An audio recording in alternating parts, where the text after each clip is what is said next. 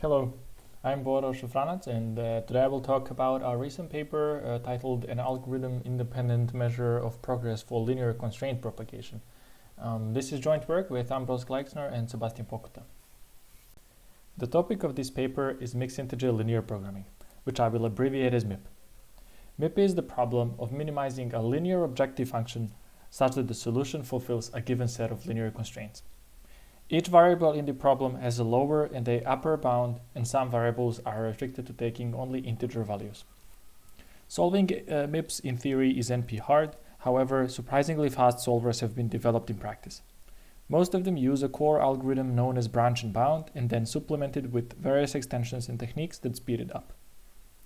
The first step of this algorithm is the branching. In this step, the problem is split into several subproblems, which are hopefully easier to solve.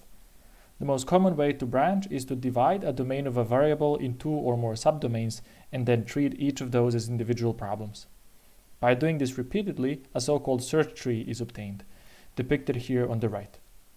The bounding step solves relaxations of the problem at each node in order to obtain a lower bound on the objective function value. This is then used to prune suboptimal nodes, which cannot lead to improving solutions. By doing this, the algorithm avoids having to enumerate exponentially many subproblems. The most common way to obtain a relaxation of the problem at a given node is to drop the integrality constraints, at which point a linear program is obtained. These can be solved, for example, by the simplex method. Constraint propagation is one of the most important supplementary techniques that MIP solvers use to speed up the solution process.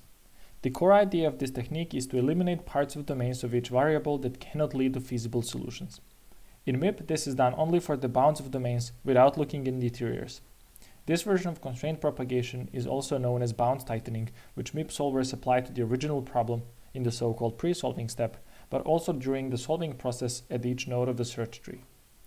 I will use this toy example you see on the slide to introduce the idea of bounds tightening. We have a constraint which consists of three variables, and each variable has its upper and lower bound. Let's first focus on the upper bound of variable x1. Even if the sum of the remaining variables takes its minimum value, which is -2 in this case, x1 cannot take values larger than 3 without violating the constraint. We conclude that x1 has to be smaller or equal than 3. Similarly, we can repeat the process for the lower bound.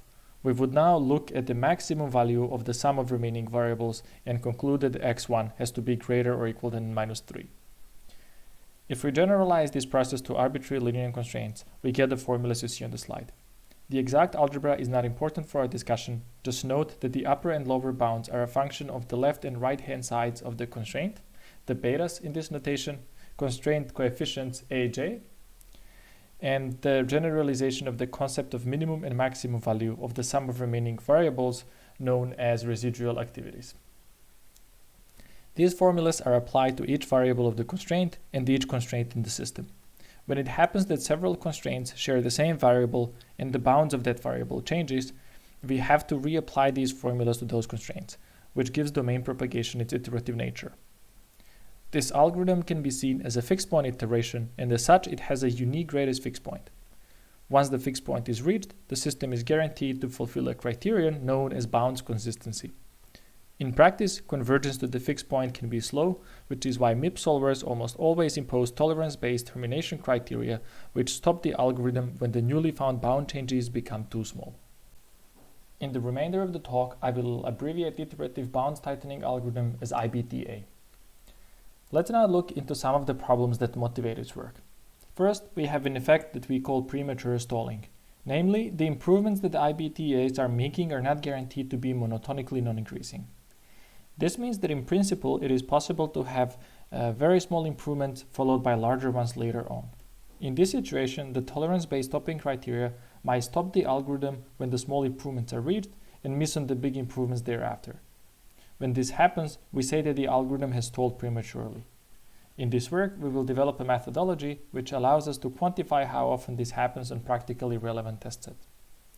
Next, in recent literature, different IBTAs have been proposed. Even though every correct IBTA reaches the same fixed point in the end, the sequences of bounds they traverse towards the fixed point, which we call a path, might be different. Recall that in practice the algorithms are stopped before reaching the fixed point. The problem when that happens is that the two algorithms stop at two different points, making it difficult for us to say which performed better. Both of these motivating problems I mentioned could be solved if we had a way of measuring distance from a given point at which the given IBTA is terminated to the unique starting and fixed points of the problem. With this, we could measure achieved progress to the fixed point and quantify premature stalling by looking how the magnitude of progress changes over time, and compare different IBTAs by measuring in how much time the two algorithms achieve the same amount of progress. The main difficulty in defining the distance to the fixed point comes from the fact that some or all of the initial variable bounds can be infinite. Another application of having such a progress measure is to be able to make informed decisions when designing stopping criteria. In a recent paper which introduced the GPU parallel propagation algorithm, data is presented which shows that this algorithm makes smaller progress per iteration, on average, despite its faster runtime to the fixed point. This means that the same stopping criterion might be effective for one algorithm but not for the other. Being able to estimate the average progress over time for a given instance class would allow for the design of effective stopping criteria. In this part of the presentation, I will show you how we deal with the initially infinite bounds. As already mentioned, some variable bound start is infinite values. The propagation algorithm will only accept improving bound candidates, which is in this case any finite value.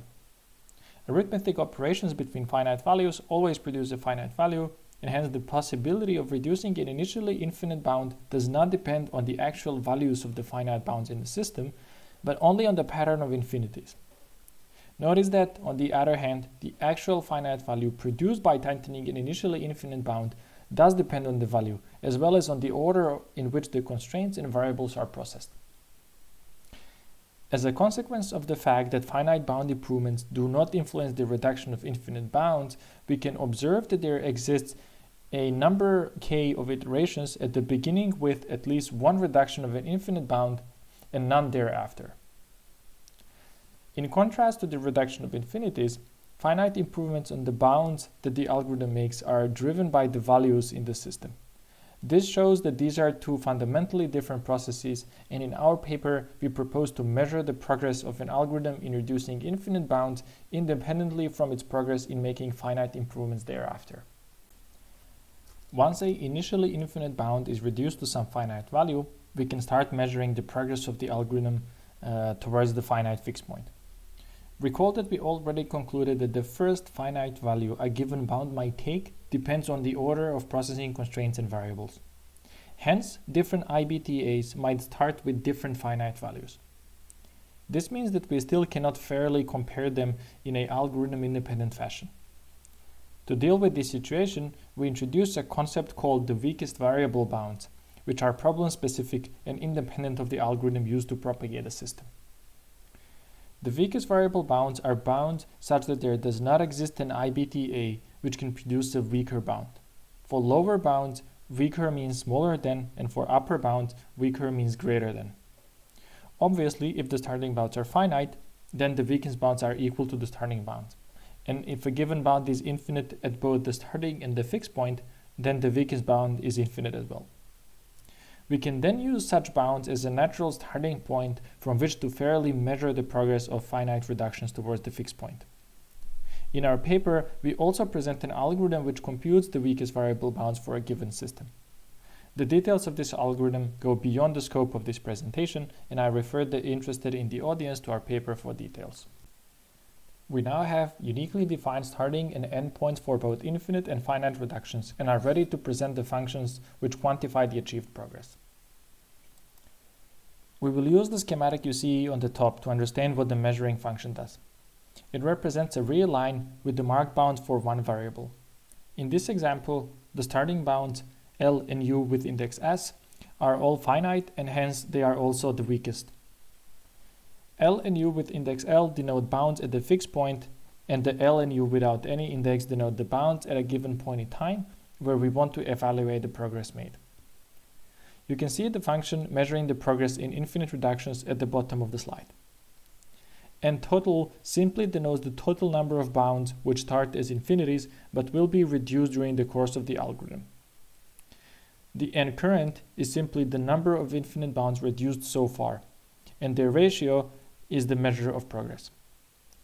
Notice that because both the starting and the fixed points are uniquely defined for a given problem, we can pre-compute the end total and, for example, report the results on a scale of 0 to 100.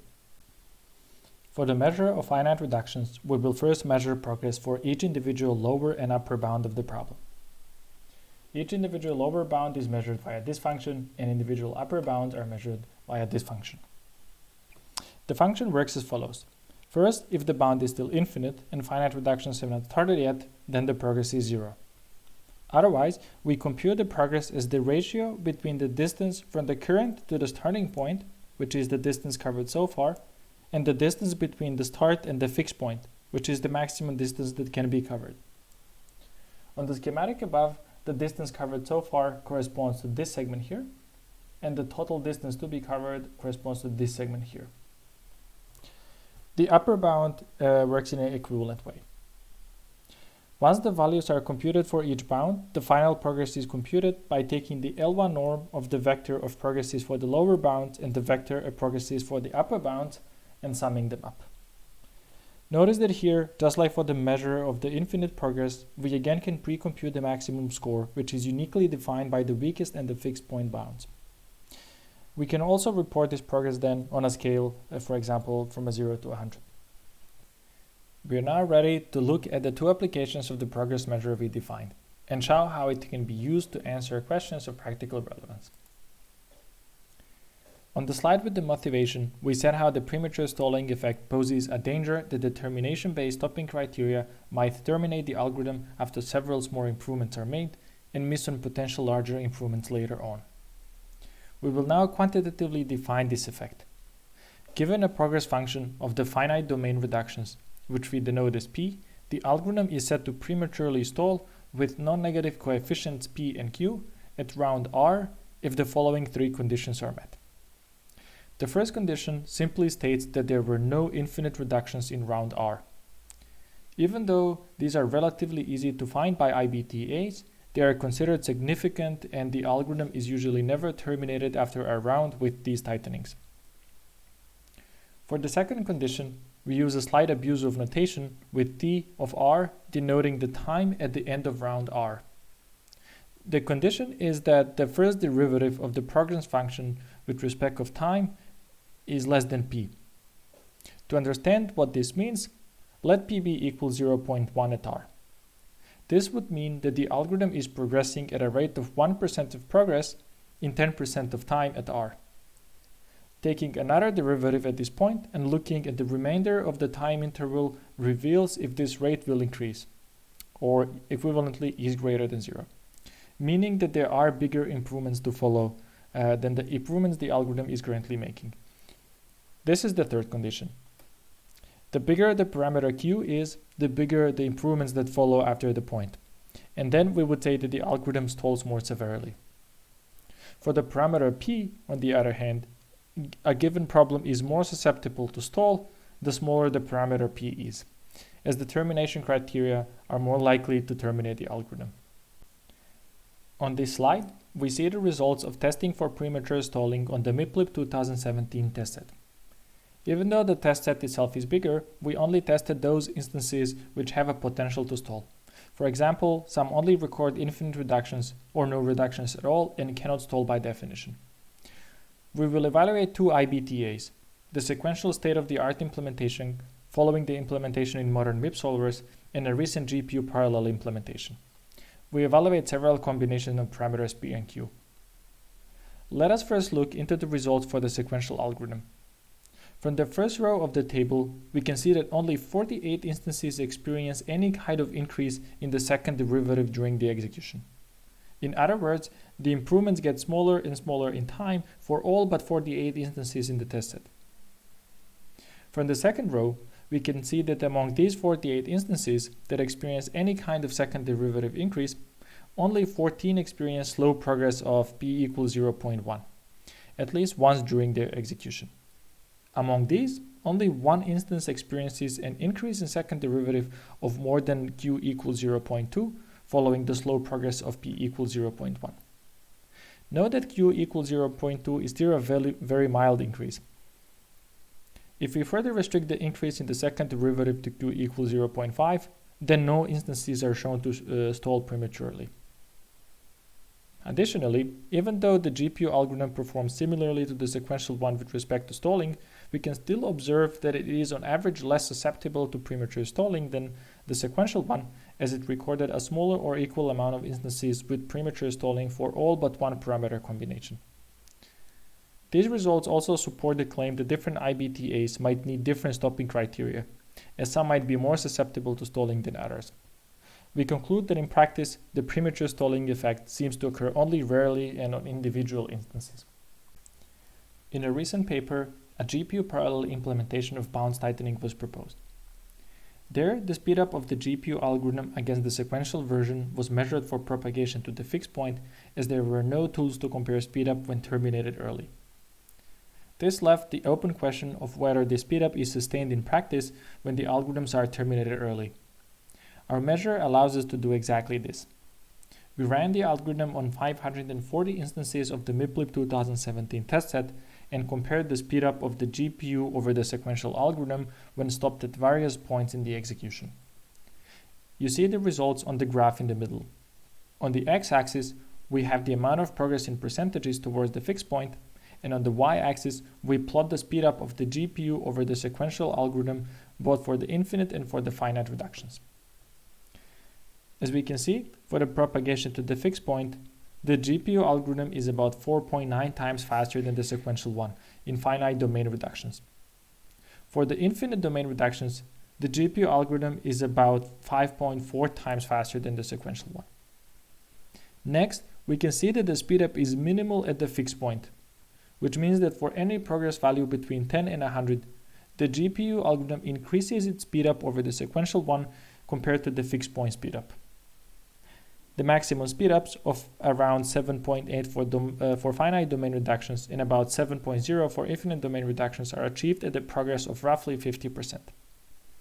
Additionally, notice that in the last few percent of progress, there's a steep drop in speedup.